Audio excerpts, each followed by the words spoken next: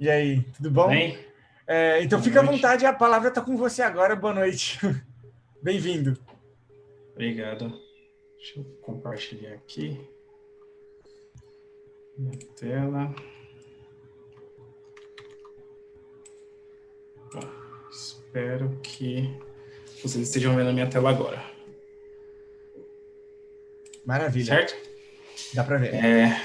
Bom, primeiro quero agradecer aí ao Nubank, a equipe aí pelo convite. Acho que para mim é uma honra, realmente é bastante alegria mesmo poder estar compartilhando aqui com vocês sobre um assunto que eu gosto bastante, né? Ciência de dados, machine learning, inovação aberta. Então, primeiro, expressar essa felicidade aí do meu lado. Vamos lá. Bom, então, falando um pouco de mim, eu sou o Felipe Galiza, trabalho como especialista em IA no Bion, que é o hub de inovação da Claro. Eu sou formado em engenharia de automação e controle pelo Centro Universitário FEI e atualmente sou aluno de mestrado na USP. Coloquei essas figurinhas aqui para vocês, para falar um pouco do meu background no passado. Então, na direita aqui, embaixo, esses robozinhos aqui, né, são robôs autônomos, que tem 4 rodas, omnidirecionais, e essas bolinhas aqui em cima, elas servem para dizer qual que é a localização e a orientação desses robôs. Tinha uma câmera no teto, e aí, através de um sistema de imagens e de toda uma questão de parte mecânica, eletrônica e programação, esses robôs jogavam bola sozinho. Eu coloquei essa figura aqui porque foi o meu primeiro contato com inteligência artificial, em 2011, quando eu estava no segundo semestre da faculdade de engenharia. Geralmente não se sabe nada nessa época, não sabia nada realmente, que o meu papel nessa equipe eu fazia parte da equipe de mecânica e apertava parafuso apenas, mas naquela época já tinha referências, assim, pessoas que entendiam muito sobre o assunto e acabou me criando um interesse pela área, né? E aqui na direita tem um monte de informação aqui, setinhas e tal. Isso é uma modelagem física de caminhada de um robô humanoide. Existe um robô real, não achei uma figura para colocar aqui, mas essa foi uma científica que eu fiz na faculdade também, com otimização de caminhada para robôs humanoides. Isso dá um link para a figura que está aqui embaixo. Foi uma pesquisa que eu fiz enquanto estava na graduação. Eu estudei por um ano uma graduação sanduíche na Universidade do Texas, em El Paso, e eu tive a oportunidade de fazer pesquisa na Carnegie Mellon University, que é uma universidade bastante conceituada em robótica. Eu fiquei lá só por 3 meses, mas foi bastante relevante para mim. Eu tive a oportunidade de trabalhar com esse robô aqui, que é o Chiaramantis. É um robô onde o design mecânico dele é inspirado no inseto louva-a-Deus, que é esse inseto aqui. A diferença dele para um hexápode é que ele pode usar as duas patas da frente para segurar um objeto e levantar e andar com as outras 4, né? Então, era um problema bem complexo ali de equilíbrio, de fazer ele andar com a mínima energia. Eu trabalhei nesse desafio aqui com cinemática inversa. Isso aqui é bem nostálgico para mim, assim, é um pouco do meu passado. E aqui na direita é um presente, né? Trouxe essa figura para exemplificar um pouco do meu desafio atual durante o mestrado. Eu estou trabalhando em dados desse satélite, que é o Keops, é um satélite que foi lançado no finalzinho do ano passado pela ESA, a Agência Espacial Europeia, e o objetivo desse satélite é caracterizar novos planetas, né, exoplanetas que eles falam, né, que são planetas fora do sistema solar. E a maneira como ele faz isso, ele fica olhando para uma estrela, né? Então, imagina que essa bola aqui amarela, que é uma estrela, ele fica olhando para essa estrela e ele coleta essa imagem, é um sistema óptico, como uma câmera, né? E aí ele coleta a luminosidade. Quando existe a oclusão desse foco de luz, essa luminosidade ela decai, né? E assim como vocês podem ver na animação aqui, quando a oclusão ela é maior, o decaimento é maior. Quando a oclusão é menor, o decaimento é menor. Então, esse método, né, ele é utilizado tanto para encontrar novos planetas, existem planetas que já foram encontrados usando metodologias parecidas com essa, e também para caracterizar esses planetas, né? Os astrônomos conseguem estimar o diâmetro, do planeta, conseguem até mesmo, analisando essas curvas, estimar alguns parâmetros físicos, né? Como, por exemplo, dizer qual é a composição do planeta, dizer se é um planeta mais rochoso ou mais gasoso. Eu tenho trabalhado assim nesses dados, não é fazendo tudo isso, é apenas filtragem das imagens que são capturadas por esse satélite, mas eu trouxe aqui para tentar exemplificar um pouco, e vocês me conhecerem um pouco melhor. Bom, aí falando um pouco da Claro, que é a empresa que eu trabalho hoje, né, acredito que todos aqui conheçam a empresa, mas, assim, talvez não saibam tudo que a empresa faz. A empresa faz parte da América Móvel, né, a Claro faz parte da América Móvel, que é um grupo que está presente em 25 países, né, da América e Europa. Por esses números, você consegue ter dimensões do tamanho da companhia, né? São 351 milhões de acessos, divididos aí em clientes móveis, linhas fixas, banda larga fixa, TV por assinatura, né? Então, para vocês terem um pouco de dimensão do tamanho do grupo. Uma coisa importante também para dizer, a Claro, ela é a união de marcas, assim, empresas bastante conhecidas no Brasil, né? A própria Claro, a NET, né, a Embratel, a Nextel, né, todos somos Claro, né, e existem outras empresas no grupo bastante interessantes também, como, por exemplo, a Star One. A Star One é uma empresa brasileira que fabrica e opera satélites. Então, todas as empresas fazem parte do Grupo Claro. Aí, falando um pouco da presença da Claro no Brasil, né, acho interessante pontuar esses números com relação à tecnologia que a Claro detém no Brasil, né? Então, a gente tem aqui 18 mil estações móveis. Quando a gente fala de estações móveis, são estações rádio base, né? Toda a infraestrutura que é necessária para operar as redes, né? A gente tem 5 data centers, satélites, como eu havia dito, muitos, né, quilômetros, né? 223 mil quilômetros de cabos óticos, 18 mil quilômetros de cabos submarinos. Então, isso tudo por conta da natureza, né, do negócio redes, né, acaba que a Claro tem muita tecnologia no território nacional. Isso eu acho interessante mencionar. Bom, esse aqui é o time no qual eu trabalho. Eu faço parte do Bion, é um time que eu tenho muito orgulho de fazer parte e trabalhar junto. Bom, e o Bion, que é o time que eu trabalho, né, ele é o hub de inovação da Claro. O Bion, ele existe para facilitar, potencializar e conectar inovação dentro e fora da Claro. Isso até já estou dando um spoiler um pouco de por que eu estou falando de inovação aberta, né? A gente aplica machine learning, ciência de dados, a gente trabalha com inovação aberta no nosso dia a dia, tá? Aqui um pouquinho, um slide que traz assim um pouco das coisas que o Bion faz. Não vou entrar em detalhe, não é esse aqui o foco de falar tudo que o Bion faz. Caso alguém tenha interesse, pode entrar em contato comigo. Tem o site do Bion também, vocês podem trazer mais informação. Quero pontuar aqui só 2 coisas que talvez sejam interessantes para o público aqui. O Bion trabalha com colaboração entre startups, então a gente se conecta com startups, a gente se conecta também com universidades e centros de pesquisa. Então, isso pode ser interessante para caso vocês queiram fazer algo junto com o Bion, né? E eu, especificamente dentro disso tudo aqui, eu estou encaixado aqui embaixo, nos squads do Bion, né? O Bion tem alguns squads que detêm algumas capacidades específicas que são estratégias para a empresa. Então, inteligência artificial é uma das tecnologias que são estratégias para a companhia. Eu faço parte de um squad que trabalha com ciência de dados, com machine learning, assim como nós temos outros capacidades como internet das coisas, service design, analytics, entre outros. Bom, aí, entrando aqui no tema, né, queria trazer algumas reflexões para vocês. A primeira reflexão é se você possui todos os dados necessários para treinar o seu modelo, né? Só uma reflexão, pensem nisso. Essa figura aqui, ela mostra um exemplo curioso, né? Imagina que você tem um sistema de visão computacional, né, um modelo de visão, que ele consiga enxergar só a parte esquerda aqui da pista, né? Se ele tem dados apenas sobre o lado esquerdo, ele vai, um bom modelo, né, ele vai concluir que a pista está vazia, né, que não tem nada impedindo. quando, na verdade, quando a gente olha para a figura inteira, a gente sabe que a via está fechada.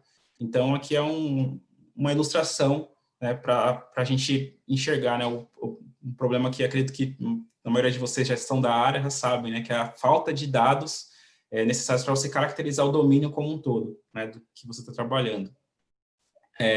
Uma segunda reflexão que eu quero trazer para vocês ainda que você tenha todos os dados necessários que caracterizam todo o domínio que você está trabalhando, né, você tem toda a tecnologia, né, e o conhecimento necessário para extrair o máximo valor, né, dos dados. Eu falo isso porque, às vezes, você tem todos os dados, mas, às vezes, você não tem o poder computacional necessário, né, às vezes, você não tem um conhecimento de domínio, né, às vezes, você está aplicando o seu modelo para uma aplicação, algo muito específico, né, como mostrei ali, né, algo para astronomia, né, algo para uma aplicação marketing, né, trazendo mais tangibilizando dentro das empresas que você tem uma área de marketing, né, então você está aplicando um modelo ali para maximizar algo que é de interesse de uma equipe de marketing, né? Será que você tem tudo que você precisa? A gente sabe que como cientista de dados, né, a gente tem a tendência de sair olhando para os dados, né, querer resolver aquilo por nós mesmos, sem querer muito conhecimento de domínio, mas em algumas aplicações a gente sabe que isso tem uma relevância, né, ter conhecimento de domínio e ter toda a tecnologia necessária para a gente conseguir sair do outro lado. E aí, trazendo essas reflexões, eu queria trazer um conceito que foi compartilhado pelo Steve Rudder. Ele é um vice-gerente que trabalha com inovação colaborativa na NASA, e se vocês procurarem no YouTube, vocês vão achar algumas palestras dele, que ele fala muito sobre inovação aberta, aplicações bem interessantes. Eu vou trazer um pedacinho aqui de algo que eu achei interessante para compartilhar com vocês.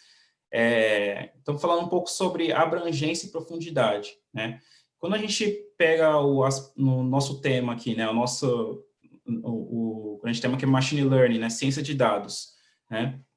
Em ciência de dados, a gente sabe que, considerando apenas ciência de dados, já é um campo muito vasto, né, muito abrangente, né? Se a gente pegar lá a ciência de dados, pegar o braço de IA, né, tem IA, Machine Learning, aprendizado supervisionado, não supervisionado, aprendizado por reforço. Então, assim, a gente pode considerar tudo isso como uma abrangência. Então, a abrangência do conhecimento, tecnologia e domínio é muito vasta, certo? Para você saber tudo, para você acessar tudo isso, ainda que, falando do indivíduo, é um grande desafio, certo? Pensando com a mente de uma empresa, de uma instituição, né? Ainda que você queira deter, né, profissionais, pessoas que tenham todo esse conhecimento, ainda assim é um desafio, certo? Se a gente até extrapolar, né, não é só de ciência de dados que as empresas precisam, né, elas precisam de outros conhecimentos, né? Se pegar aí conhecimentos das novas tecnologias, né, blockchain, né, outros tipos de tecnologia, né? Então, isso, ainda que você queira deter o conhecimento dentro da companhia, isso gera um grande desafio, né, de encontrar esse profissional no mercado, né, como até o Estevão comentou, achar um cientista de dados é difícil, e aí o que nos traz aqui a uma reflexão é que, ainda que você conseguir a abrangência já é difícil, o mais complexo ainda é você conseguir deter abrangência e profundidade também, né? Porque a gente não precisa só saber tudo, a gente tem que saber tudo e ser profundo naquilo, né?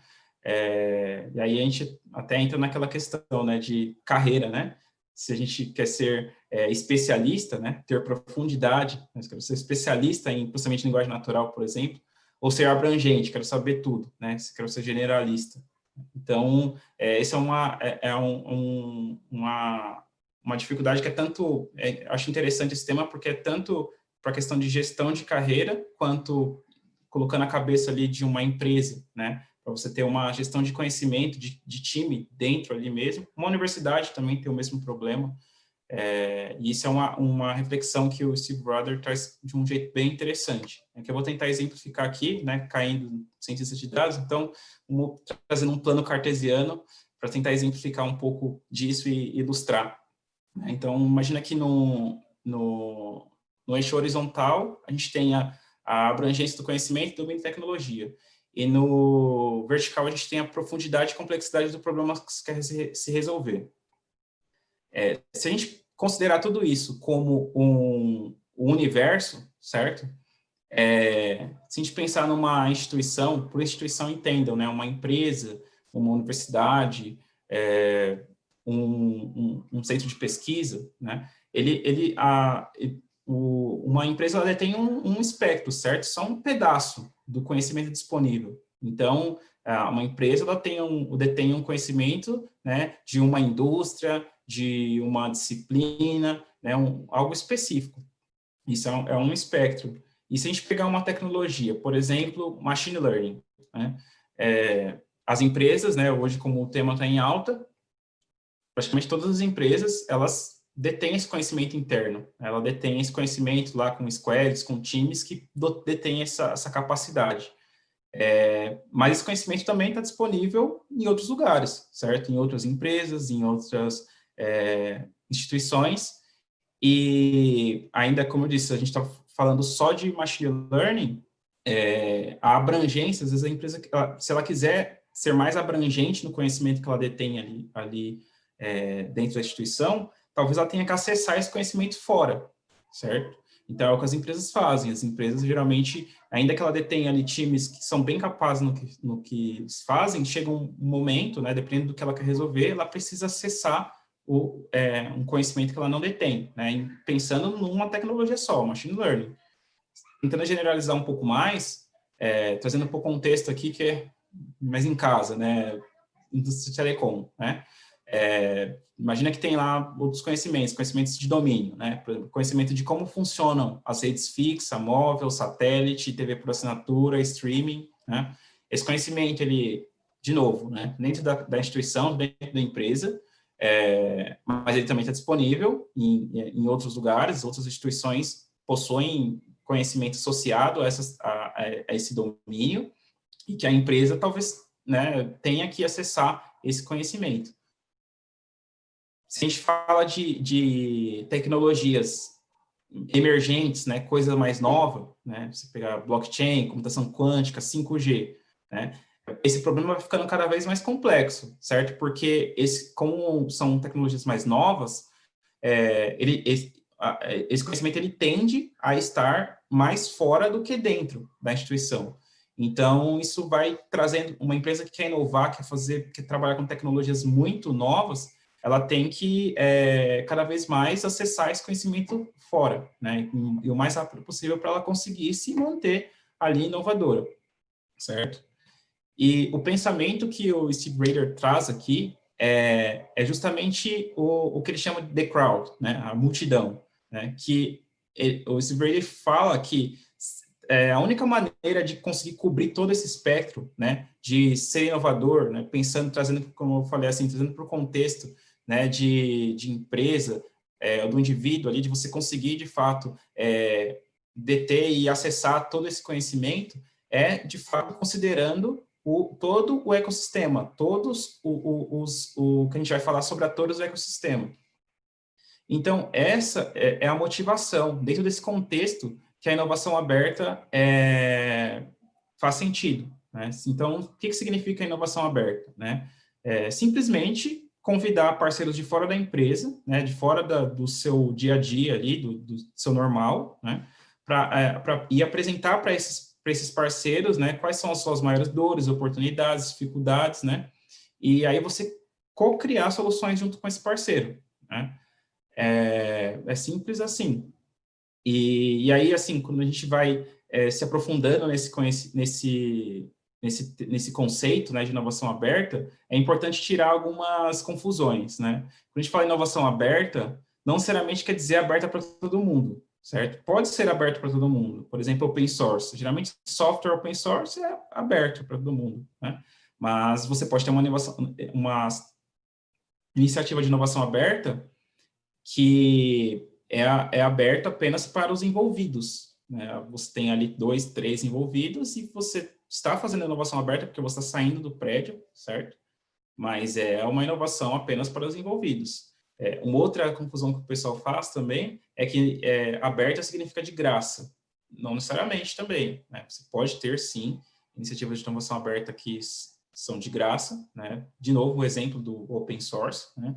Open source é uma maneira, né? É uma ferramenta de inovação aberta que, geralmente, esses softwares são gratuitos, mas você pode ter uma iniciativa de inovação aberta, onde você tem diversos atores que cada um contribui com uma maneira, pode ser com investimento, né? Com a questão financeira, mas também pode ser com recurso computacional, com conhecimento, né? E aí o produto final disso pode ser vendido ao mercado, né? E trazendo benefício para quem esteve envolvido. Então, não necessariamente aberto significa de graça, né? É importante isso.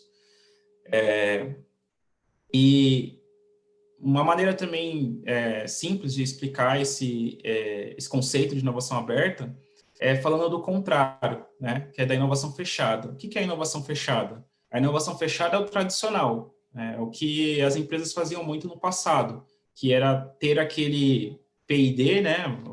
Uma área de pesquisa e desenvolvimento, top secret, ninguém podia saber, nem os de fora, até mesmo os de dentro, né? Às vezes tinham colaboradores específicos que poderiam saber o que estava acontecendo ali, e aí as ideias, né? Como mostra aqui nessa figura, as ideias elas surgiam dentro da empresa e elas atacavam o mercado que era o core da empresa, né? Então, pegando aqui um exemplo, claro, né? Mercado de telecomunicações. Então, criava soluções internas para atacar o mercado de telecom, que é o foco da empresa.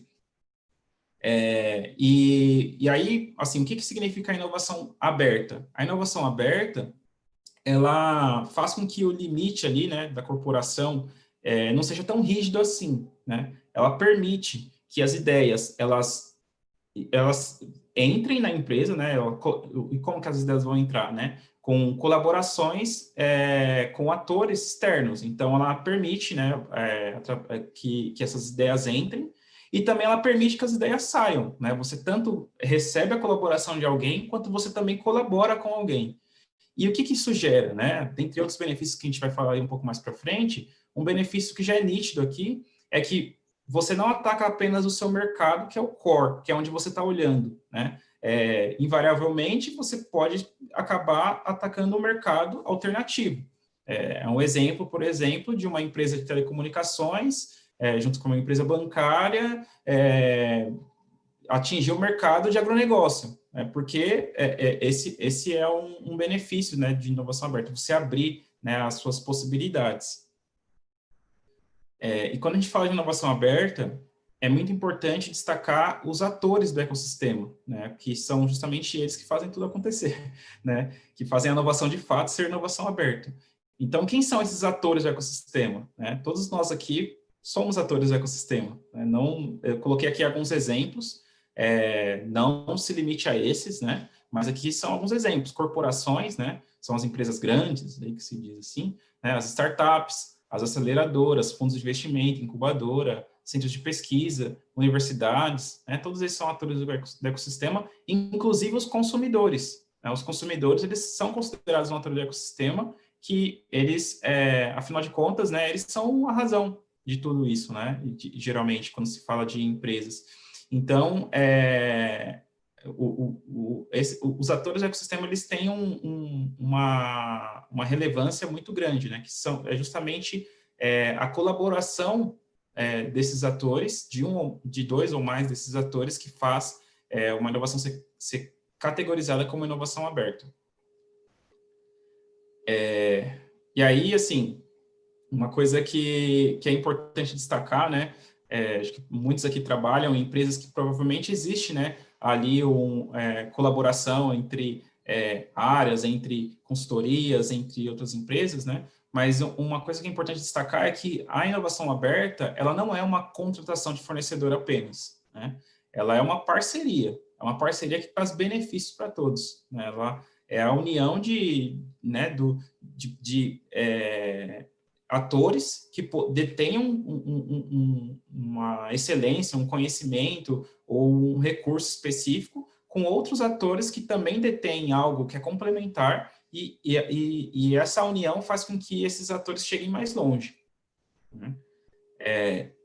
E aí, para isso acontecer, e fluir bem, né, é importante que exista uma transparência com relação à propriedade intelectual. É necessário, né, que exista uma conversa, né, uma transparência. Por quê, né? Porque isso é muito diferente do tradicional, né? Como a gente falou lá atrás, no tradicional, a propriedade intelectual já está decidida, está no início, do nascimento das ideias, né? Nasceu a ideia da empresa, top secret, ninguém pode saber, era a maneira tradicional, né? Mas quando a gente traz, né, para a inovação aberta, partindo do pressuposto que existe colaboração entre atores do ecossistema, a propriedade intelectual ela tem que ser discutida caso a caso, iniciativa a iniciativa, né? E aí os atores eles contribuem numa parceria e aí existem vários modelos de propriedade intelectual, né? Existem diversos e geralmente até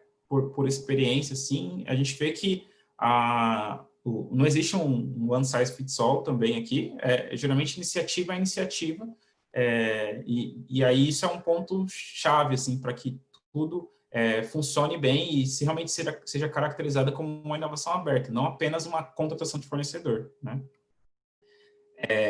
E aqui na Claro a gente usa, né, esse canivete suíço para falar um pouco, né, sobre o que de fato, como a gente enxerga a inovação aberta, né?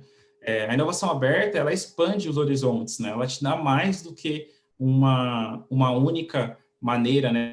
Mais do que uma única ferramenta para que você consiga, de fato, inovar, né? Então, aqui são alguns exemplos de ferramentas de inovação aberta também, não se detenham apenas nessas, existem diversas outras. Eu destaquei aqui algumas, né? Então, uma aqui é crowdsourcing, né? Para exemplificar o que é o crowdsourcing, né? Acho que todos aqui conhecem o Kaggle, né? O Kaggle é uma plataforma de crowdsourcing, certo? Você delimita um desafio, lança um desafio para a comunidade, né?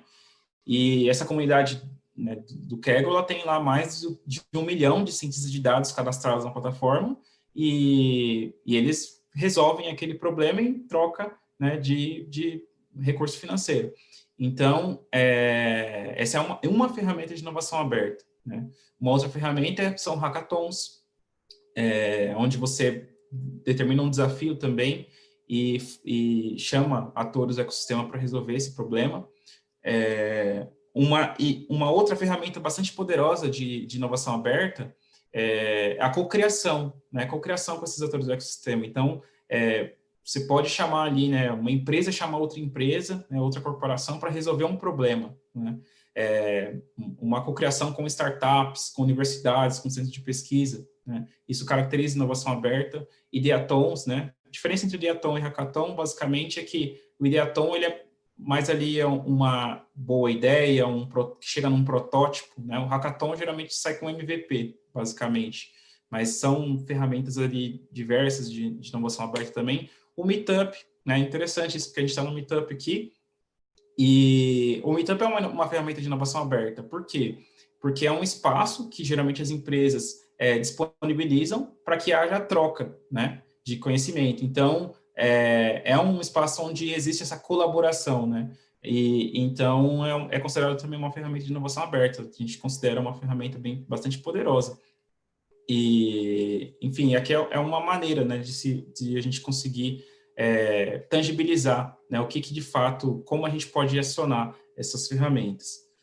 E, bom, aí trazendo para a prática, né, não sei o quanto que esse tema ele é familiar para quem está aqui assistindo, então eu achei interessante trazer esses passos, né, de como geralmente, como a gente recomenda que seja aplicada a inovação aberta, né. Existem várias maneiras de se aplicar isso, mas essa é uma maneira que a gente acha interessante, né. Então, qual seria o primeiro passo, né? Quero aplicar a inovação aberta, o que eu faço, né? Então, a primeira coisa é identificar quem é o cliente, né? Isso aqui eu quero fazer um link achei bem interessante a palestra anterior, né, do Albert, e não sei se vocês já perceberam, né, a inovação aberta é uma ferramenta bastante útil para a gente conseguir aumentar aqueles 20%, né, dos projetos de ciência de dados que não tem sucesso, né? Então, uma maneira da gente conseguir fazer isso é identificar quem é o cliente, né? Muitas vezes a gente vai lá, cria um modelo sensacional, que tem uma performance, um desempenho, né, sensacional, porém, ninguém quer usar aquilo.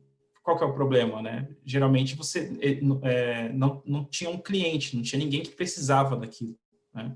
Então, essa etapa até destaquei aqui em vermelho, porque identificar o cliente, por mais bobo que pareça, a etapa mais importante de tudo que a gente possa fazer relacionado à ciência de dados, né? Porque o cliente é a razão de tudo isso, né? O cliente é a razão, né, de tudo. Então, é bem importante começar por esse passo. Um segundo passo é identificar a dor, né? A dor é o job to be done desse cliente, né? O que esse cliente quer, né? E quando a gente fala de cliente, job to be done, né? Trazendo para o aspecto aqui de ciência de dados, o cliente para o cientista de dados, ele pode ser sim um cliente final, você pode estar desenvolvendo ali algum sistema, um modelo que vai interagir com o cliente final ali, mas também pode ser uma área, né? Você está desenvolvendo um sistema de recomendação, um modelo de churn, algum modelo que existe uma área demandante, né? Que é uma área, por exemplo, de marketing, uma área financeira. Então, esse cara é seu cliente. É importante identificar quem é esse cliente e qual é a dor, qual é o problema que ele está tentando resolver, né? Uma vez feito isso, as outras etapas são mais simples, eu diria, né? Que é definir os critérios de sucesso, né? Definir como você vai medir essa efetividade, depois especificar os dados, tecnologia e conhecimento que você precisa. Esse passo 4 ele é bem importante para a inovação aberta, porque geralmente você vai acionar o ecossistema para uma capacidade que você não tem, certo? Então, é importante você especificar, né, o que você precisa antes, porque aí você fala, isso aqui eu sei fazer isso, eu tenho esse conhecimento, isso daqui eu não tenho, eu gostaria de procurar algum parceiro, né, para complementar e me ajudar a resolver esse problema, né? Então, você fazer esse exercício, ele até te ajuda, já te dá umas dicas de qual ferramenta utilizar, né? Qual ferramenta do ecossistema eu vou usar? Vou usar um hackathon, vou fazer um crowdsourcing, eu vou chamar uma empresa, vou chamar uma startup, beleza, mas qual startup, né? Então, é importante você deter essa separação do que você tem de conhecimento e o que você precisa, né? Uma vez feito isso, é aquela conversa sobre propriedade intelectual, né? O passo 5 aqui, né? É importante definir, deixar isso bem claro, né? Ter essa transparência, né, sobre propriedade intelectual. E aí, daqui para frente, o passo 6 é aplicar o canivete suíço, né? De acordo com o seu problema, de acordo com o que você precisa, você acionar a melhor ferramenta de inovação aberta. E depois, o óbvio, né? Que é você avaliar a solução e documentar os aprendizados.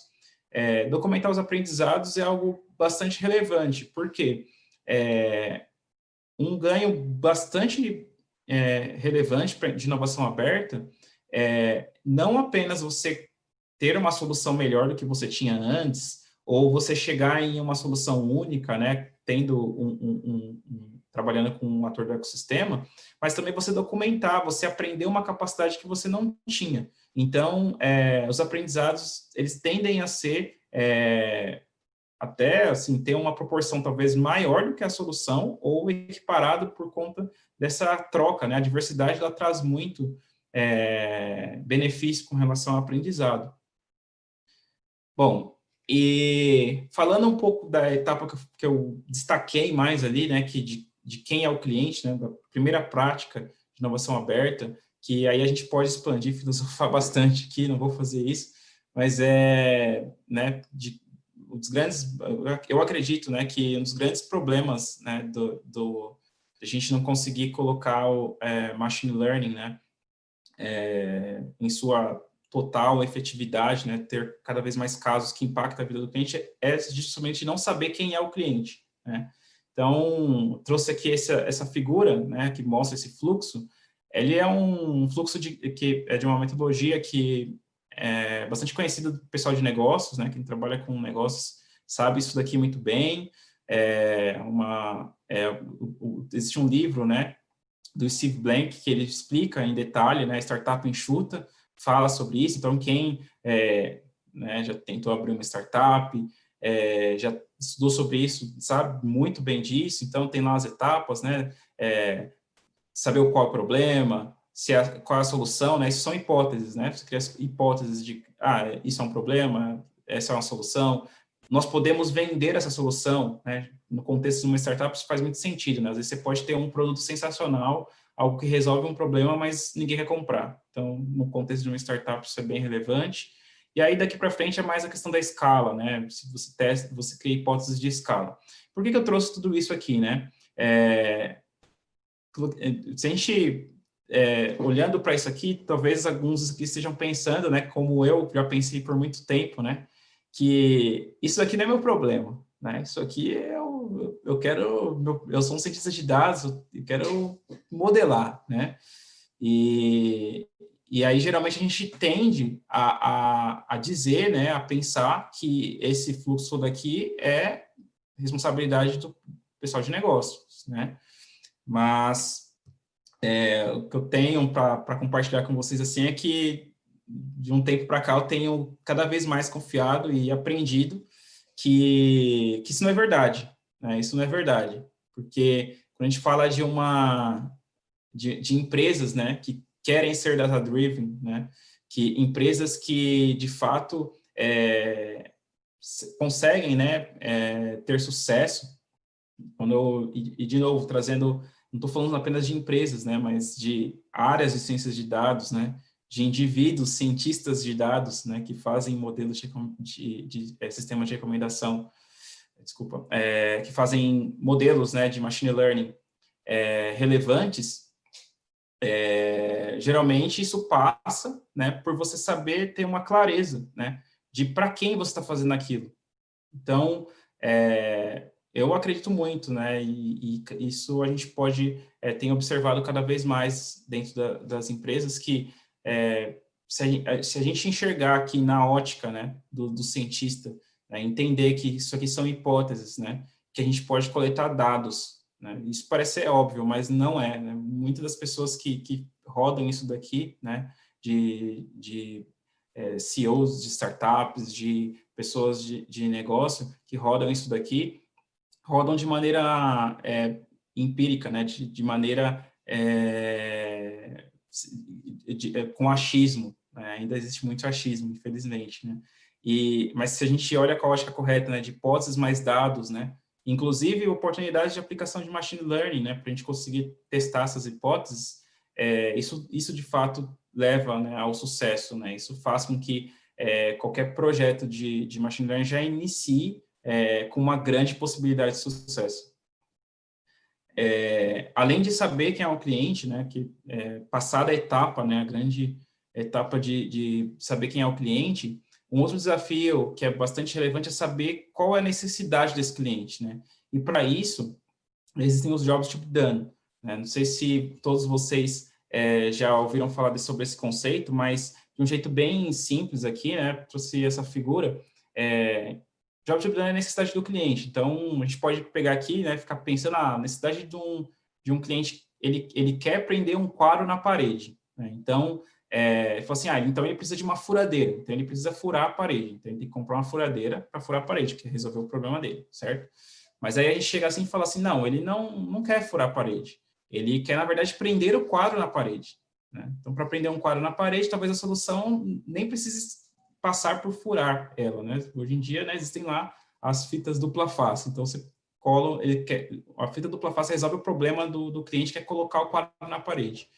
E aí, estudando e indo mais a fundo, talvez você possa chegar na conclusão que, na verdade, o cliente ele não quer colocar um quadro na parede. Ele quer, na verdade, impressionar as pessoas que vão na casa dele. Então, se você achar uma solução que faça com que o cliente, né, impressione as pessoas que vão na casa dele, o cliente não precisa de furadeira, de quadro, de nada disso, né? Então, exemplificando o Job to be Done é isso, né? Então, qual é a recomendação, assim, né, para qualquer projeto de ciência de dados, né, envolvendo machine learning, inovação aberta, e também aplica para outras coisas, né, ouvir os seus clientes, né, é bem importante, a gente faz isso pouco, né, falar é fácil, mas na prática, assim, até eu me vejo fazendo isso pouco, assim, fico mergulhado no problema lá de machine learning por dias, semanas, meses, e não pergunto, né, o que de fato, quem me pediu, o que de fato ele quer, né, às vezes o que ele está falando que ele quer não é o que ele quer, né, porque a gente precisa de fato se colocar ali na posição do cliente e ouvir ele, né, ter essa empatia. E aí, assim, aqui chovendo molhado, né? Olha para os dados, olha para o que os dados têm a dizer, né? E, de novo, muitas vezes, por mais... Eu já vi cientistas de dados mesmo, que, teoricamente, a gente deveria ser movido por dados, né? Tentar resolver esse tipo de problema de maneira distraída, né? E não usando os dados na sua profundidade, né? Então, é importante a gente conseguir aplicar a ciência de dados até mesmo nessa fase antes, né? Muito antes da concepção, ainda no entendimento do problema, já olhar para que os dados têm a dizer, o que a gente pode coletar de evidência para conseguir dizer que isso realmente é o problema do cliente, né? E aí repetição, né? Repetição, porque talvez, ainda que pareça ser, né, a dor realmente ali do cliente no primeiro momento, iterando, né, iterando e rodando esse processo de ouvir o cliente, olhar para os dados, isso faz com que se chegue, né, a coisas sensacionais. Isso é o que faz a total diferença, né? Bom, e aí, falando assim, né, daqui do propósito, né? Você fala, pô, mas por quê, né? Por que a inovação aberta é tão relevante assim? Por que o Felipe acha que inovação aberta é algo que tem fit, né? Que tem a ver com o machine learning, né? O que eu tenho observado, né, é que existem muitos benefícios. E um benefício bastante gritante, né, que na verdade é uma das coisas que são um core ali de inovação aberta, é um conceito de compartilhamento de risco, né? Todos nós sabemos que quando a gente fala de inovação, quando a gente fala de machine learning, por natureza, envolve muita experimentação, né? Você, às vezes, inicia algo sem meio que saber exatamente onde você vai chegar. Então, isso significa que você tem muita incerteza. E onde você tem muita incerteza, geralmente você tem muito risco. E quando a gente fala de muito risco, geralmente, né, as empresas enxergam risco como alto custo, né? Então, existe um alto custo. E aí, quando você aplica inovação aberta, com machine learning, um dos grandes ganhos é que você, compartilhando o risco, você diminui a incerteza e você diminui o custo, né? Isso é algo assim óbvio, né? Você pega lá 3 empresas, né? Você pega um projeto que você envolve diversos atores. Esse custo, né? Esse risco, ele é compartilhado entre todos os atores, né? Dependendo do tipo de modelo ali de interação. Mas isso é um dos grandes ganhos que a inovação aberta traz e faz com que coisas mais ousadas sejam testadas, né?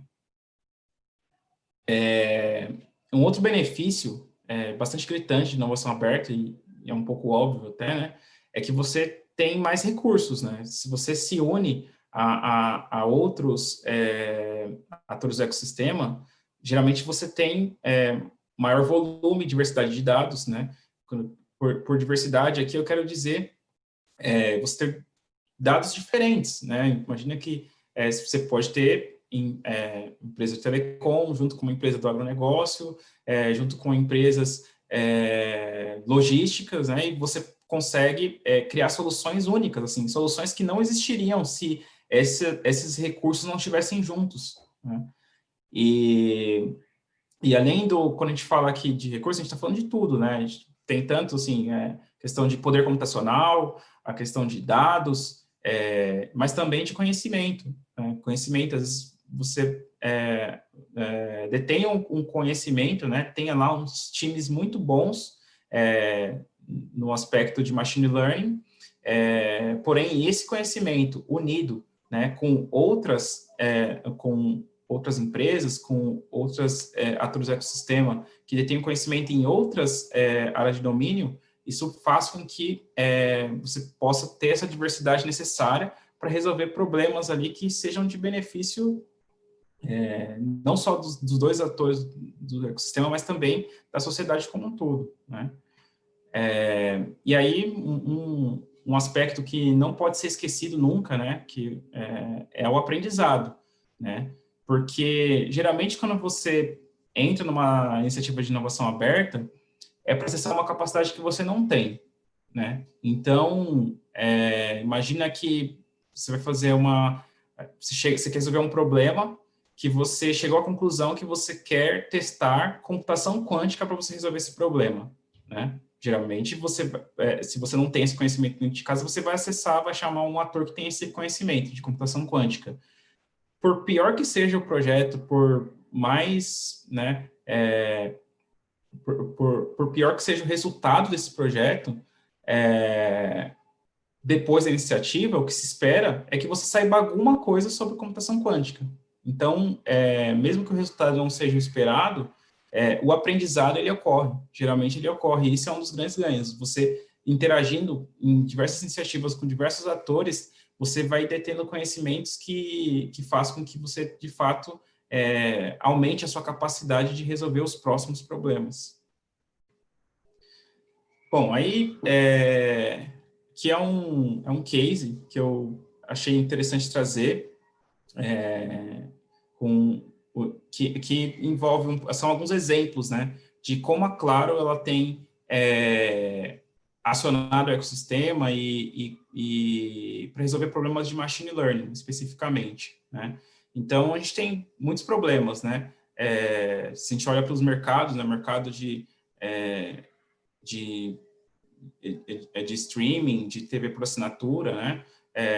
Que são alguns exemplos de dores, né? Você tem lá um serviço de streaming onde você está assistindo em casa, né?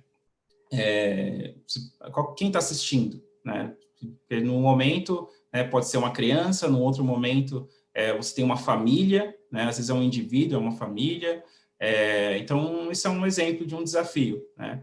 Um outro desafio como fazer recomendações para clientes não logados, pessoas que você não tem informação, né? Pessoas que trafegam ali, né? Que interagem com os seus produtos, mas você não sabe quem eles são, né? Eles não têm o login. Então, esse é um outro exemplo de uma outra dor. Uma outra dor é a questão do horário nobre, né? Isso é bem interessante, né? Porque antigamente o horário nobre ele era geral, né? Aquele horário das 8 horas da noite, né, onde todo mundo ia lá, parava, assistia televisão. Hoje em dia isso não é verdade, né? Hoje em dia as pessoas têm múltiplas telas, né? Elas têm diversas. O usuário geralmente ele tem muito mais poder, né, sobre aquilo que ele quer consumir. Então, quando a gente fala de horário nobre personalizado, né, qual é o horário, né, que eu, né, Felipe, assim, vou parar realmente tenho interesse, né, em assistir, né, um conteúdo streaming, qual é o horário que eu tenho interesse em consumir uma mídia, seja ouvir música, seja ler um livro, né? Então, assim, esse horário nobre hoje ele é personalizado, né? Então, são exemplos, são três exemplos de aplicação de machine learning, né, onde a Claro tem usado a inovação aberta para resolvê-los, né? Então, para esses problemas em específico, a Claro tem trabalhado com startup, tem trabalhado também em conjunto com o ICT, e isso faz com que a empresa chegue em soluções únicas, assim, coisas que dentro de casa seria muito difícil de fazer, né, sozinhos, né? E o que é interessante também mencionar que aqui não é uma contratação de fornecedor, né? Pessoas, né, dessas diferentes instituições juntas, né, trabalhando para resolver algo que é de benefício para todos, né? Bom, e aí aqui quase um call to action, né? Algo que a gente acredita ser relevante, a gente expressar o que a Claro oferece, né, nessas iniciativas de inovação.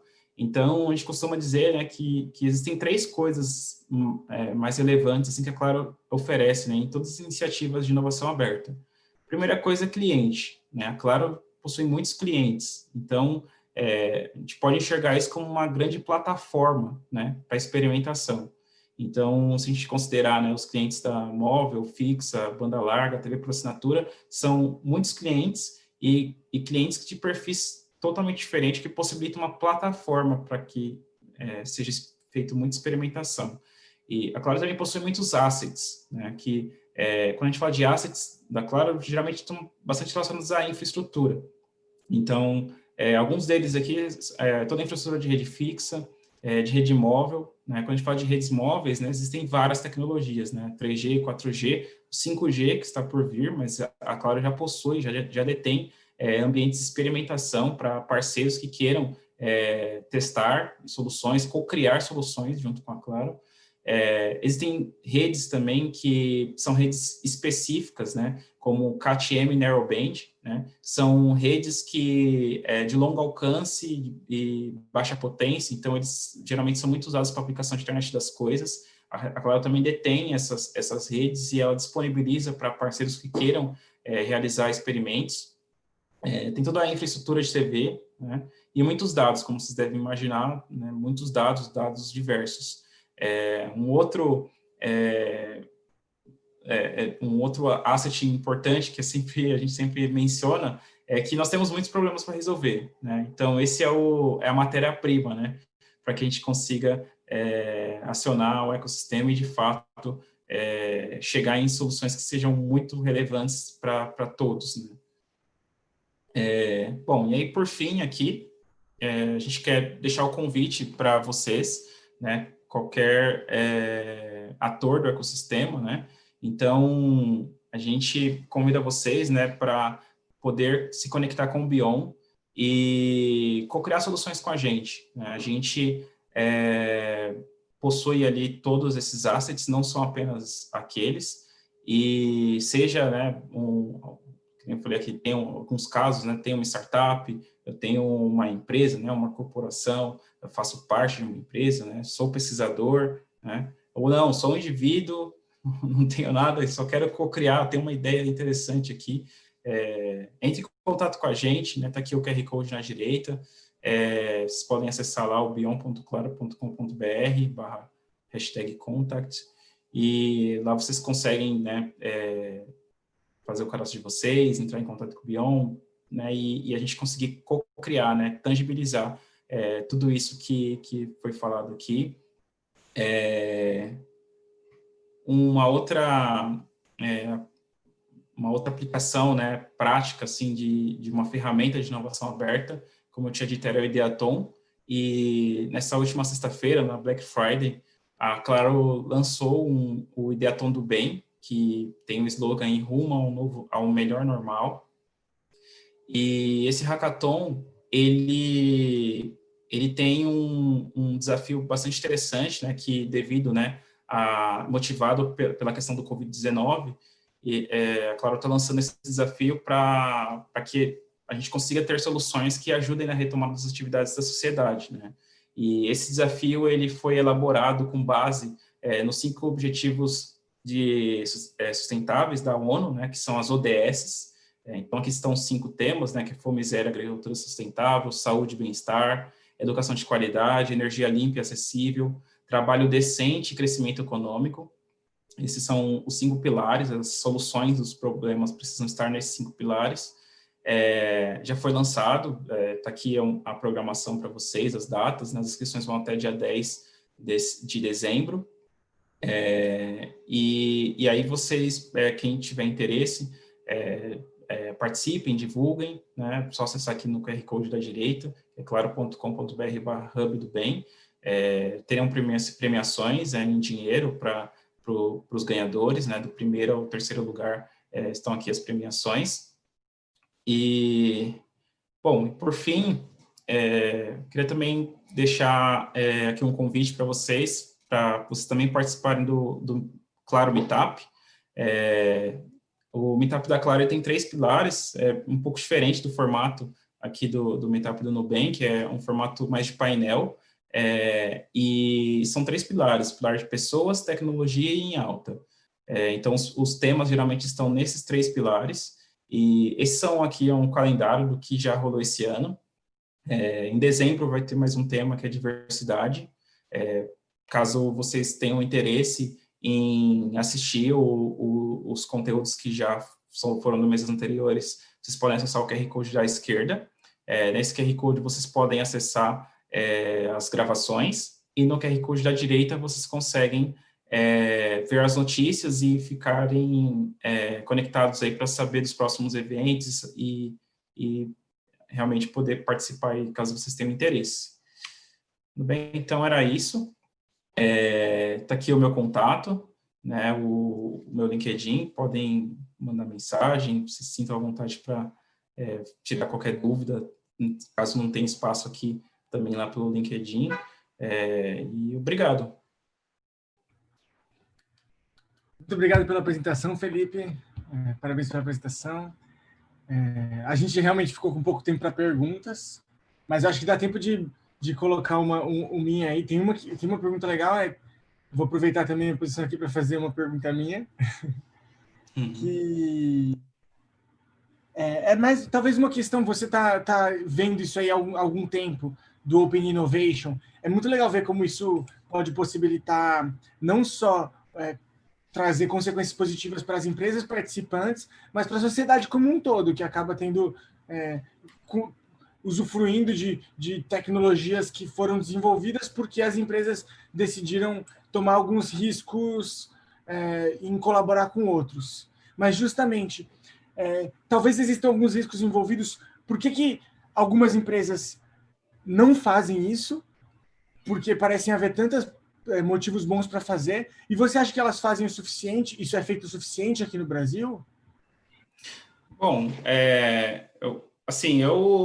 para ser sincero, a minha impressão é que esse tema é relativamente novo. Acho que não significa que as empresas não fazem. Eu, na verdade, tenho visto um grande movimento das empresas se interessando e cada vez mais fazendo. Acho que, olhando assim, dá para ver que muitas empresas estão abrindo hubs de inovação, elas estão lançando desafios, inclusive o governo tem feito isso. O governo tem criado hubs de inovação, tem lançado desafios. Então, é um movimento que eu acredito que ele está ganhando um hype agora, assim como ciência de dados há alguns anos atrás já existia, mas não estava no hype. Eu acredito que a minha sensação é essa, assim. Acho que eu diria que acho que no Brasil nós não estamos atrás. Eu acho que é uma questão de momento. Acho que até essa questão do Covid mesmo, né?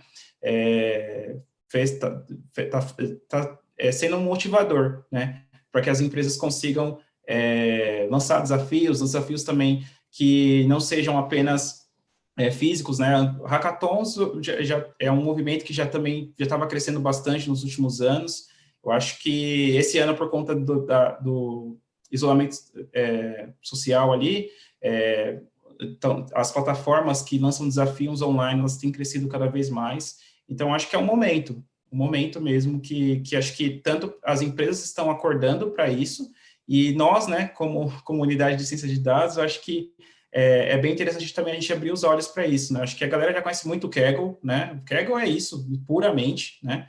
Mas não existe só o Kaggle, né? Existem coisas aqui no Brasil mesmo que estão crescendo bastante e que a gente pode aplicar o nosso conhecimento e também fazer, como você disse, assim, chegar em soluções que beneficiam não só as empresas, né? Não só faz o pessoal ficar mais rico, mas também resolve o problema da sociedade, né?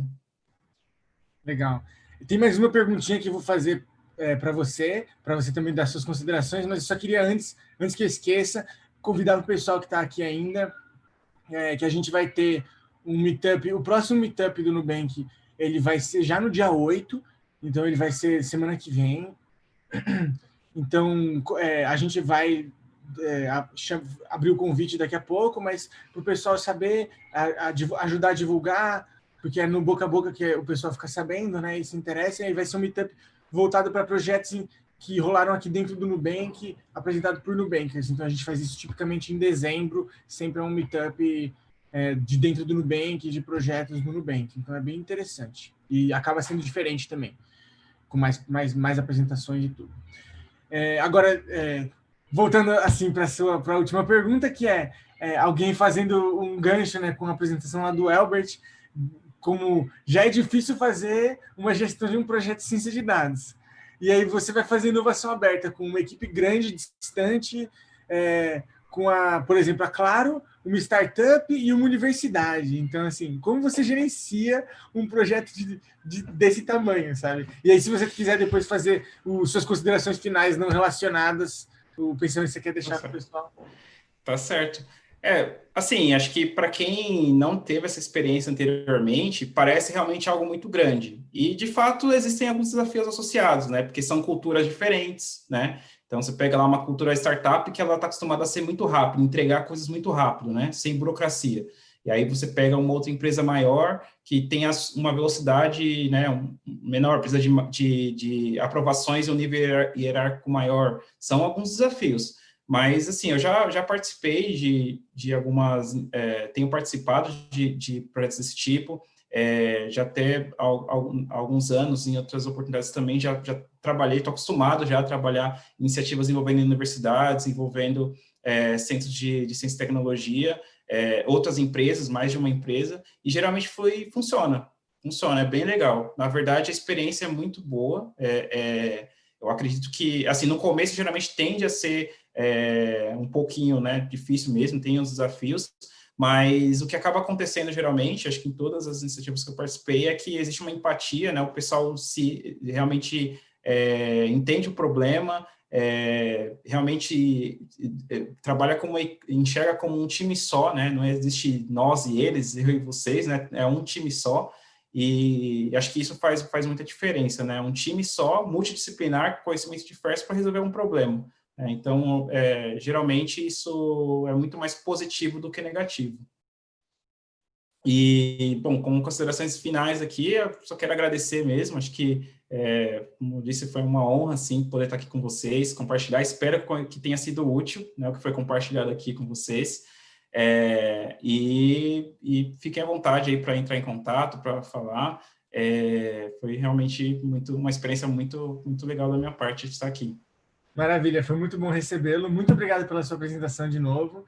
Obrigado, então, aí também para o pessoal que veio assistir e colaborar com perguntas e com interesse, né?